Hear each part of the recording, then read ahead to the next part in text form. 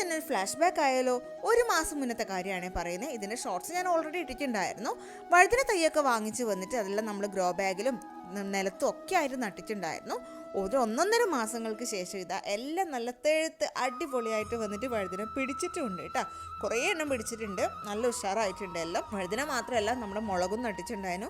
മുളകും എല്ലാം നല്ല സൂപ്പറായിട്ട് പിടിച്ചിട്ടുണ്ടായിരുന്നു. മിക്സഡ് ആണ് കേട്ടോ. ചിലത് ഗ്രീൻ ഉണ്ട്, അതുപോലെ തന്നെ ചിലത് നമ്മൾ സാധാരണ വയലറ്റ് വഴുതന ഉണ്ടല്ലോ അതുകൊണ്ട് എല്ലാം നന്നായിട്ട് കാഴ്ചിട്ടുണ്ട്. നമ്മൾ എന്തെങ്കിലും ഒന്ന് നട്ടിട്ട് അതിൽ ഇങ്ങനെ കായ്കളൊക്കെ ഉണ്ടാകുന്നത് കാണുമ്പോൾ തന്നെ നമുക്ക് ഭയങ്കര സന്തോഷമായിരിക്കുമല്ലോ. അപ്പോൾ ഇന്ന് ഏതായാലും അതിൽ നിന്ന് 2 വഴുതന പറിച്ചിട്ട് ഒരു മെഴുക്കുവരട്ടി ഉണ്ടാക്കാമെന്ന് വിചാരിച്ചു. അപ്പോൾ ഇതാ നമ്മുടെ സ്വന്തം വഴുതന നമ്മൾ മുറിക്കുവാണേ.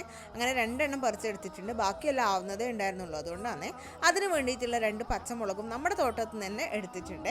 അത് പെട്ടെന്ന് തന്നെ അമ്മയുടെ കയ്യിൽ കൊണ്ടുകൊടുത്തു. അമ്മ ഇതാ സെറ്റപ്പായിട്ട് മുറിച്ചിട്ട് വേഗം തന്നെ ഉപ്പേരി ഉണ്ടാക്കാൻ നമുക്ക് ഉച്ചക്കേക്ക് വേണ്ടിയിട്ടെന്ന് പറഞ്ഞു. അങ്ങനെ ഇതാ എല്ലാം സെറ്റാക്കിയിട്ട് ഒരു കഷ്ണം ഉള്ളിയും കൂടി ഇട്ടിട്ടാണ് ആക്കുന്നത്. അങ്ങനെ വഴുതന വറവൊക്കെ ഉച്ചയാകുമ്പോഴേക്ക് സെറ്റായിട്ടുണ്ട്.